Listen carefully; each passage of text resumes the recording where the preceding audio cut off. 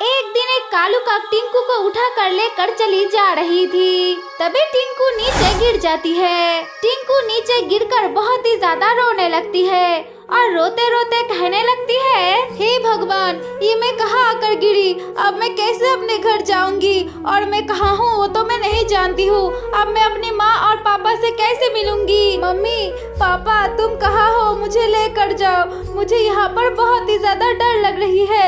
अगर कोई आएगी और मुझे खा लेगी मुझे क्या होगा। माँ मुझे बचा लो माँ। वो छोटी सी टिंकू ये सब बातें कह कर बहुत ही ज्यादा रो रही थी। टिंकू जब बहुत ही ज्यादा रो रही थी तभी वहाँ से एक कबूतर उड़कर जा रही थी। तभी उस कबूतर को उस छोटी सी बच्ची की रोने की आवाजें सुनाई देती है। तब वो कबूतर नीचे चली जाती है और आकर देखती है एक छोटी सी पक्षी रो रही है। अरे छोटी सी चिड़िया, तुम रो क्यों रही हो और तुम यहाँ पर कैसे आई, मुझे बताओ। और तुम्हारा घर कहाँ पर है, मुझे बता दो, मैं तुम्हें तुम्हारे घर में पहुँचा दूंगी। कबूतर आंटी, यहाँ से मेरे घर कहाँ पर है वो तो मुझे पता नहीं है।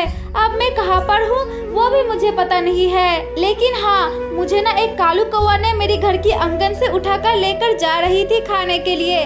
तभी वे उनकी मुंह से नीचे गिर गई थी, इसलिए मैं यहाँ पर आकर रो रही हूँ। कबूतर आंटी तुम मेरी मदद करो। कबूतर आंटी, ये सब बातें कह कर वो छोटी सी टिंकू बहुत ही ज्यादा रो रही थी और उस छोटी सी पक्षी को रोता हुआ देखकर उस कबूतर को बहुत ही ज्यादा दया आ जाती है। इसलिए वो कबूतर उस छोटी सी टिंकू को अपने घर में लेकर चली जाती है। तब कबूतर की बच्चा उस टिंकू को देख लेती है और देखकर कहने लगती है, माँ ये छोटी सी चिड़िया कौन है और हमारे घर में क्यों आई है। माँ बच्चा, मुझे पता नहीं है ये कौन है, लेकिन ये बहुत ही ज्यादा रो रही थी, इसलिए मैं इसको अपने साथ में लेकर चली आई हूँ। जब तक इसकी मम्मी और पापा इसको नहीं मिल जाए तब तक वो हमारे घर में ही रहेगी, ठीक है। और तब तक तुम इस छोटी सी चिड़िया के साथ अपनी दोस्ती कर लो और इनके साथ बहुत ही ज्यादा मौज और मस्ती करो और खेलो, ठीक है। तब तो ठीक है माँ, मैं इस छोटी सी टिंकू के साथ बहुत ही ज्यादा खेलूंगी। वो कबूतर उस छोटी सी पक्षी को अपने घर में लाया है,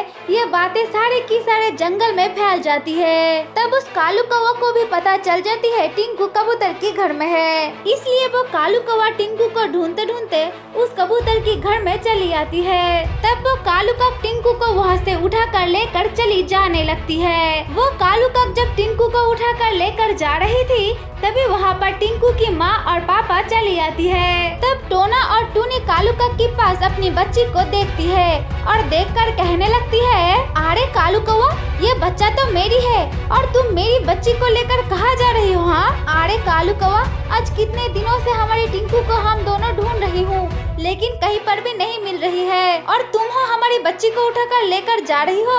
आज तो मैं तुम्हें नहीं छोड़ूंगी, आज तो मैं तुम्हें मार डालूंगी। क्या तू मुझे मरेगी? मुझे तो तू नहीं मर सकती है और आज मैं तेरी बच्ची टिंकू को खा लूंगी और खाकर अपने पेट को भरूंगी। क्या बोला तूने कालू कौवा, तू हमारी बच्ची को खाएगी? रुक, अभी मैं तुझे मजा दिखाती हूँ। ये कहकर वो टूनी चिड़िया एक लाठी निकालकर उस कालू कौवा को बहुत ही ज्यादा मारने लगती है। मारते मारते उस कालू कौवा को वहीं पर मार डालती है। तब टोना और टूनी अपनी बच्ची को अपने पास पा लेती है। तभी वहाँ पर वो कबूतर चली आती है और आकर देखती है वो छोटी सी चिड़िया अपनी मम्मी और पापा के पास चली गई है। ये देखकर वो कबूतर बहुत ही ज्यादा खुश हो जाती है और खुश होकर वहाँ से चली जाती है।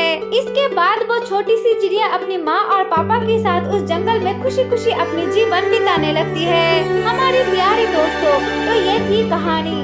अगर आप लोगों को ये वीडियो पसंद आई है तो वीडियो को लाइक और ऐसे ही और वीडियोस देखने के लिए हमारे चैनल को सब्सक्राइब जरूर कर लेना।